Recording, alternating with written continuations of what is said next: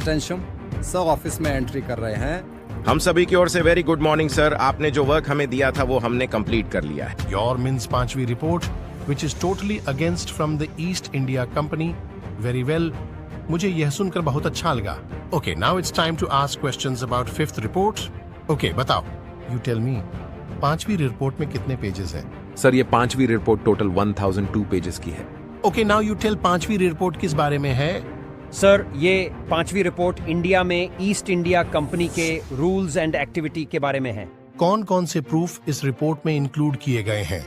Sir इस report में हमने इंडिया के जमींदारों और किसानों की अर्जियां, अलग अलग जिला कलेक्टरों की रिपोर्ट्स, टैक्स से related statics tables and officers के थ्रू लिखी गई बंगाल और मद्रास के टैक्स और न्यायिक प्रशासन पर लिखी टिप्पणियां इंक्लूड की हैं।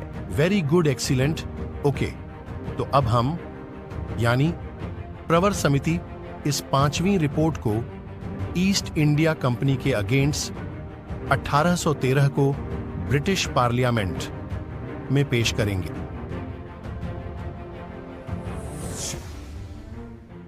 Good morning your highness.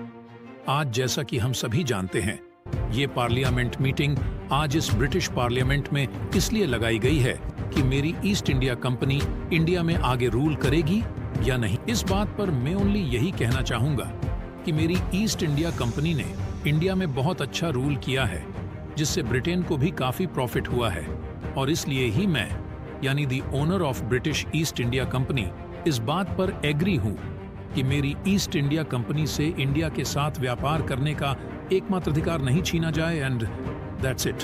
Good morning your highness. मैं यानी द हेड ऑफ प्रवर कमेटी इस बात के टोटली अगेंस्ट हूं कि ईस्ट इंडिया कंपनी ही ओनली इंडिया के साथ व्यापार क्यों कर रही है।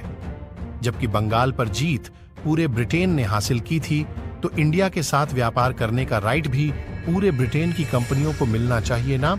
And that's the real justice. Your highness, मैं यह भी चाहता हूं कि उस शाही फरमान को भी कैंसिल किया जाए जो ईस्ट इंडिया कंपनी को इंडिया के साथ बिजनेस करने का एकमात्र अधिकार देता है। सभी पक्षों की बातें सुनने के पश्चात ये ब्रिटिश पार्लियामेंट यह डिसीजन लेती है कि ईस्ट इंडिया कंपनी इंडिया के प्रशासन के बारे में रेगुलरली अपनी रिपोर्ट भेजेगी, और इसी के साथ साथ कंपनी की चेकिंग के लिए कई कमेटियां जल्द ही नियुक्त की जाएंगी। तो ये थी पांचवी रिपोर्ट की कहानी। क्या इस रिपोर्ट में बताई गई बातें जो ईस्ट इंडिया कंपनी के पूरी तरह से अगेंस्ट थीं, उतनी सच्ची थी जितना इसे बताया जा रहा था? जमींदारी के अभिलेखा सागर और स्थानीय अभिलेख हमें यह बताते हैं कि पांचवी रिपोर्ट में कंपनी के प्रशासन का बहुत बड़ा चढ़ाकर विरोध किया गया था, और इस रिपोर्ट को लिखने वाले लेखक ईस्ट इंडिया कंपनी का विरोध करने पर तुले हुए थे। अगर आप इसी तरह की और एनिमेटेड हिस्ट्री स्टोरी वीडियोस चाहते हैं तो हमारे channel the treasure of study को सब्सक्राइब करना ना भूलें। साथ ही यदि आप मीराबाई की जीवन कथा की एनिमेटेड वीडियो चाहते हैं तो अभी जाइए और हमारे चैनल पर जाकर देख लीजिए। बाय, मिलते हैं आपसे नेक्स्ट वीडियो में। और हां, जिस टॉपिक पर आप नेक्स्ट वीडियो चाहते हो तो उसे जरूर कमेंट करिए।